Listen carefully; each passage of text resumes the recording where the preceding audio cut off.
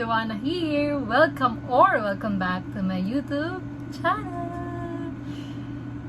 So, ayun nga po, balita ko lang sa inyo lahat, ibabalita ko lang sa inyo lahat na monetize na pala yung YouTube channel ko. So, thank you so much sa lahat na nanonood and nag-subscribe. And, ayun, kung kailan na monetize ako last 2022 or 2023, tsaka naman ako din nakapag-upload ng video. So, baliktad. And, nangyari yon kasi nagkaroon ako ng business and nag-aaral ako ulit. So, ngayon, close na yung business ko. So, since wala na akong ganong gagawin and feel ko magandang bumalik ako sa pag-vlogging. Dahil magkamay-kamay! So, nagkaroon tayo ng ads, no? Kasi yung kapatid ko nakisabay pa talaga sa pag-vlog ko, no?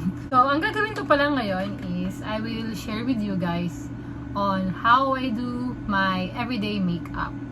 So, I think usually it took me 4 or 5 or 10 minutes para magawa ko yung makeup na to. And as you can see, nag-super bare face na talaga ako, wala akong makeup. Kakaligo ko lang, kaka-half bath ko lang pala kasi kagagaling ko lang sa gym. So, new update, nag-workout na po ako. Ayun. So, share ko lang sa inyo yung 5-minute, not 5 minute, everyday makeup look by Joanna Maria Leosa. Yeah. So first, you need to have a clean hands and napansin ko sa mga previous na video ko, hindi pala ako nasa-sunscreen. So yun. Ay, orasan ko pala yung sarili ko. 6:48 na ngayon guys. 7 PM may ganap pa ako. Pero push natin itong pagbablog. So yun. Orasan natin, 5 minutes. Para malaman din natin kung talaga bang 5 minutes ba talaga to. Kung 5 minutes lang to, gagawin ko itong 5 minutes everyday makeup look. Pero pag hindi 5 minutes, everyday makeup look ko na lang yung itatitle ko.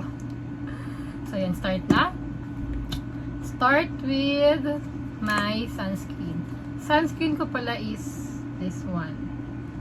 Yan. Napansin ko kasi dati, simula nung nag-work ako sa Makati and DGC, medyo tumanda na, tignan yung mukha ko.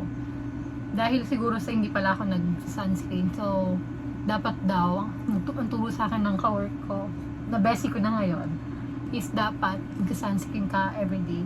Pwede mong skip lahat ng facial mo, pero yung sunscreen, wag mong tatanggalin. So, yan. So, yun yung una kong step, and then, pasahiran lang tong sa leeg, yan. Then, after ng sunscreen, super madali lang talaga to guys. Nawawala pa yung blush on ko.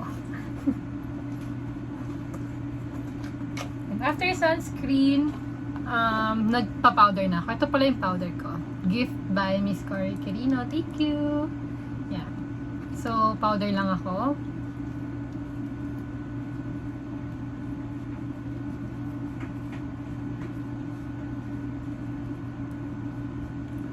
Pang everyday lang kasi to guys. So, hindi man pwedeng mag hard makeup tayo palagi. Mag concealer, mag foundation tayo palagi. Kasi tatanda yung mukha natin. And as much as possible, huwag natin burahin yung natural na beauty natin. Yung natural look natin.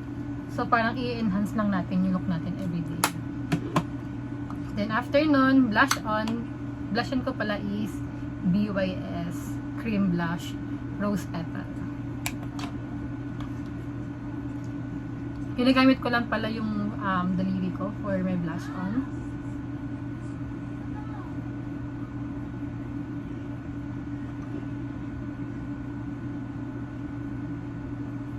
Ganyan lang, simple lang. Para nalagyan mo lang ng kulay yung mukha mo, para hindi ka lang mamutla. Dagdagan ko dito banda. Ito na naman tayo sa dagdag. Dadagdag dito, ending, sobrang kapal na ng makeup natin. So, I'm done with my blush on. Next is, yung kilay ko, since makapal naman yung kilay ko, nakikita nyo naman, parang minemaintain ko lang siya or binabrush ko lang siya. Then, ito naman yung brush na gamit ko. Maybelline Tattoo Brow. Kita to. Yan. So, parang binabrush ko lang siya. Para lang hindi siya buhag, para lang hindi siya kalat. Yan. Ganun lang, binabrush ko lang siya. Since everyday makeup lang naman to. Then, ilang minutes na lang tayo. May 2 minutes pa tayo, guys. Ito lang. Kasi mascara is life.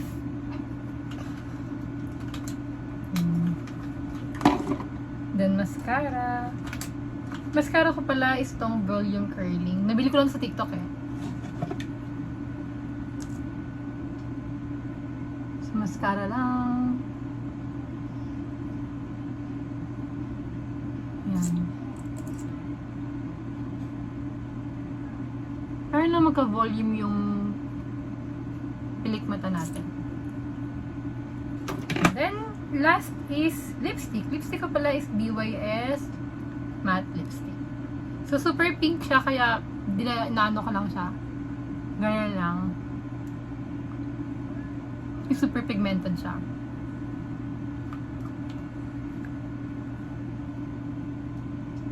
And, done! Tapos na tayo. So, gagawin ko talaga tong 5-minute makeup challenge kasi meron pa akong 42 seconds. So, here's my everyday makeup look. Yan. Simpleng-simple lang, guys. Pero kung gusto nyo nagdagan ng kilay, if wala kayong kilay, that's okay. Choice nyo yon. Pero ako, binabrush ko lang talaga siya para lang hindi maging kalat yung kilay ko. And, yan na.